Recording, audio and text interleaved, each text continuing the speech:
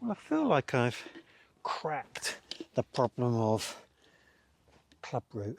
Certainly these purple sprouting broccoli have done really well, and I'm going to harvest some now for lunch.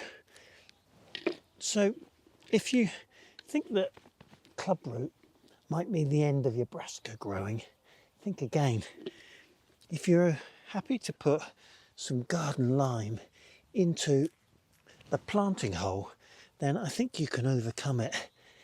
Certainly for crops that are ready in the spring like this. Whether it will be true in the summer will be interesting to see, because last year the broccoli that I grew for harvesting in the summer was devastated, and it may well be different, but we'll see. We'll try again.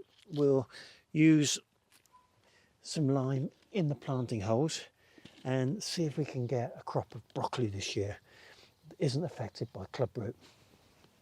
In the meantime, we're going to eat these because they are delicious. And there's lots here. It's going to keep us going for a good few weeks. Good times.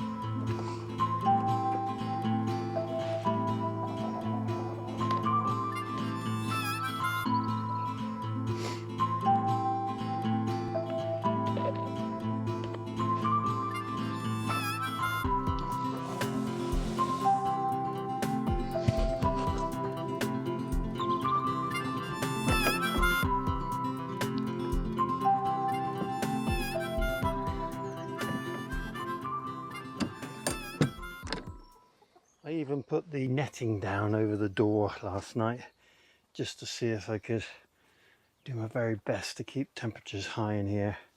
So we're all well covered up, but we'll strip it off now and see whether everything coped with the temperature.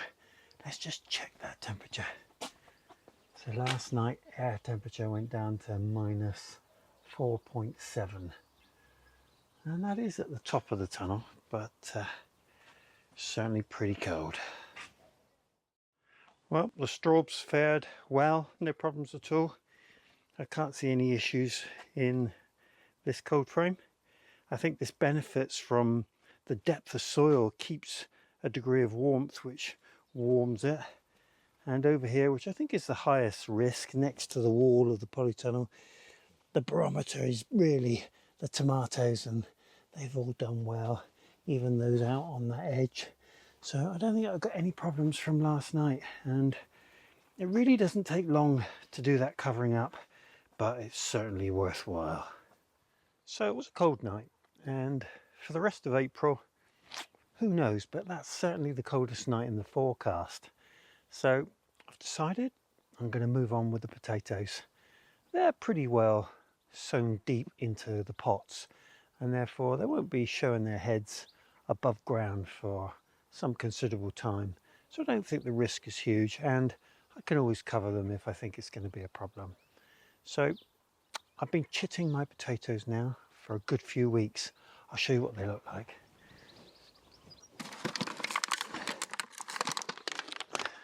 So this is the Charlottes, and they're all nicely chitted. I'm going to minimize the chits on each potato as I pot them, probably down to 2. So I've got 2 trays of those, and I've also got 1 tray of Desiree, and they've been chitting for even longer and they look very good, although the potatoes are getting a little soft now, which is normal, but we'll get those into the pots today, I think.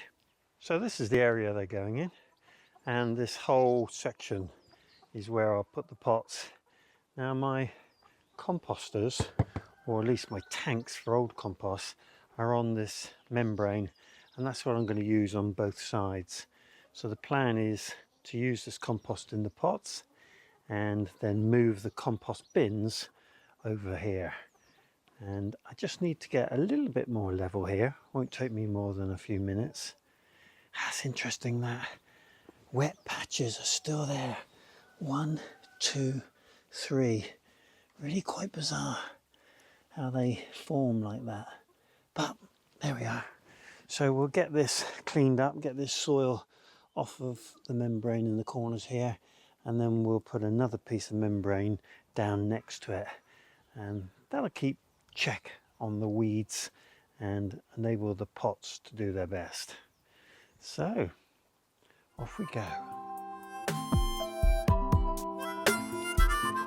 So we have 20 pots here, and once I've got the compost from the compost holders into the pots, I'll be able to spread them out much better.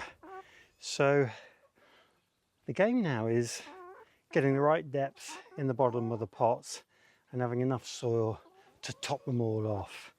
So I will get that compost into the bottoms and see what we've got left. With the Charlotte potatoes, I found that they lasted right the way through to the early part of next year, which is astounding really. So that's one of the reasons I grow Charlotte. If you eat them really young, they're fantastic, but they stay good all the way through the year. At least they do in this shaded area. So let's get on with putting the base level into each of those pots.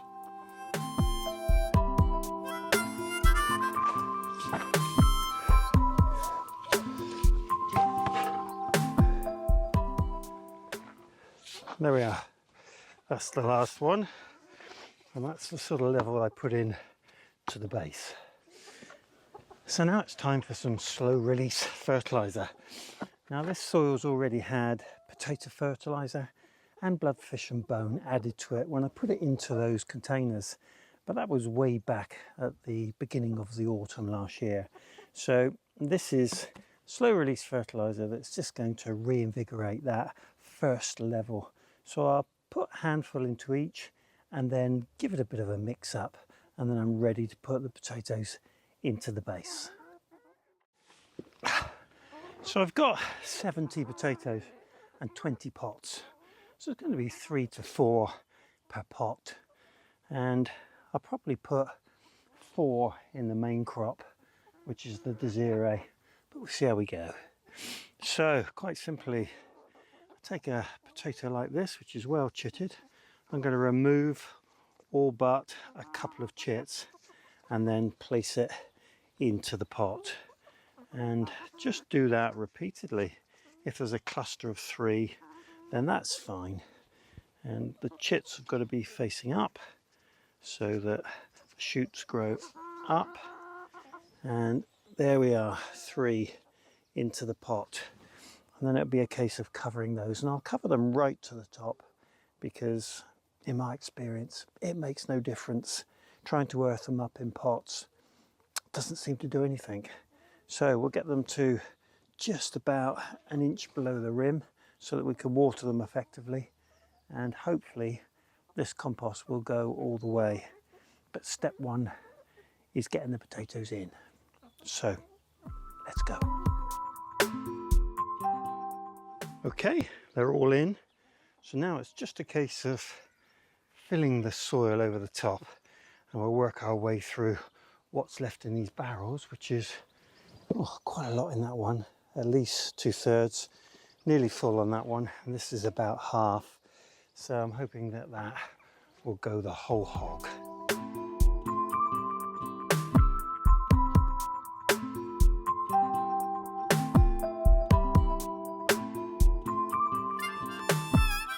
Well, that surprised me.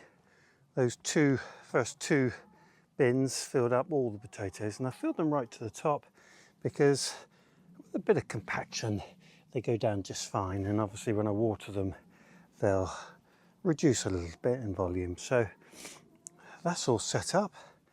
I've got that much spare, so I'm not sure what I'm going to use that for at this point, but that's not a problem. So the next step is to get this tidied up, move these bits over. I'll take the other bins and set one down over here, and then I can move all the compost that's spare into it. That'll be out of the way, and then just a bit of a tidy up there, and we should be set for the season for potato growing.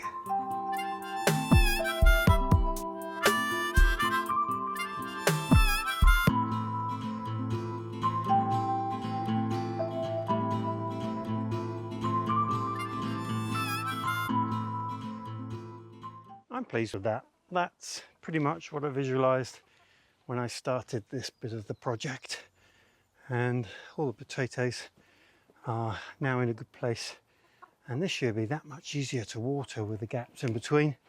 And I've actually put in quite a lot more than I did last year because we really enjoyed them and felt that we could eat more. So sticking to my theory of grow what you can eat, yeah, I think that's probably about our maximum, but yeah, it's worked out really well. I do hope you enjoyed the video today. If you did, click the subscribe button, click the like button, and if you want updates from me each time I upload a video, click the bell and select all. I do hope you have a great day. Diolch yn fawr.